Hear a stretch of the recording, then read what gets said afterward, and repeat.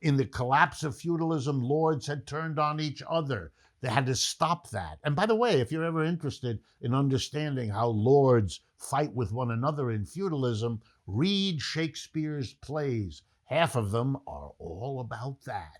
It was a disaster to that society, as it was in Shakespeare's time as well, for feudalism, and order had to be brought. And the way you did that, they decided, was to give one lord a superposition, the superlord, the lord who lorded it over the other lords and had so much concentrated strength that he could protect all the other lords from fighting with one another and from trouble from their serfs below, and could keep the cities from becoming dangerous in a way I'll explain in a moment.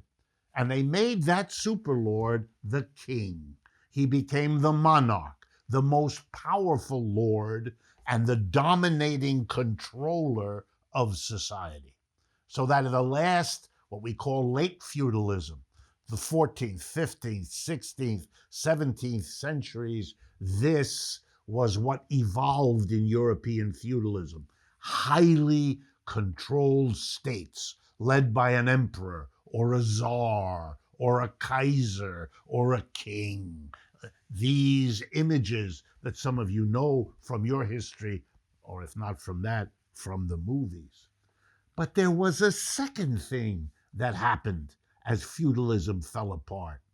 The effort to save it was accompanied by an effort to go beyond it.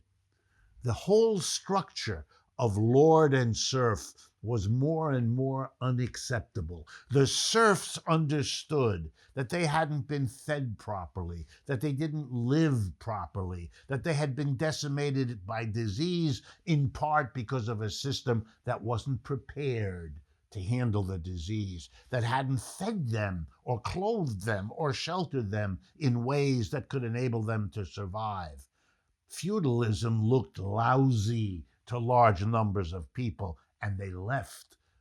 They could because feudalism was falling apart, and they went to the cities. And in the cities, they were no longer on the land. They no longer had a feudal lord. They were just citizens.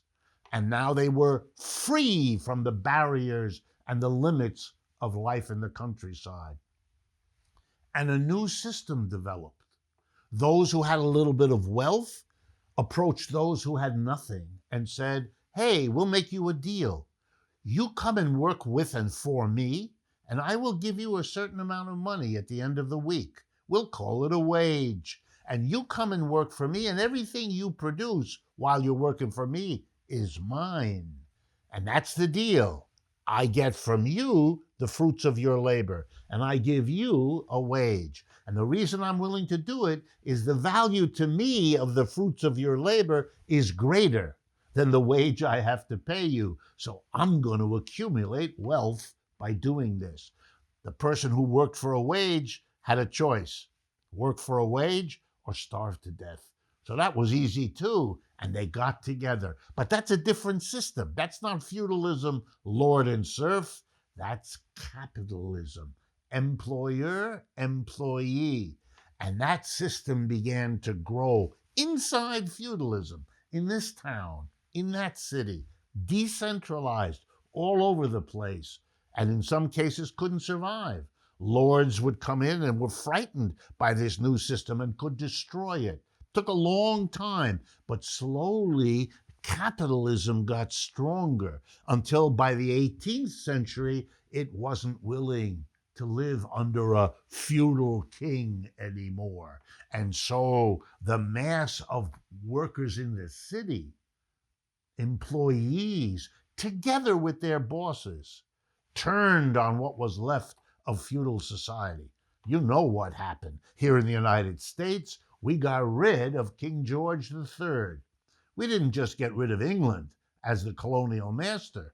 We could have done that and had our own king here, but we didn't want kings. Kings were no good anymore. We wanted the new employer-employee system of capitalism. No kings.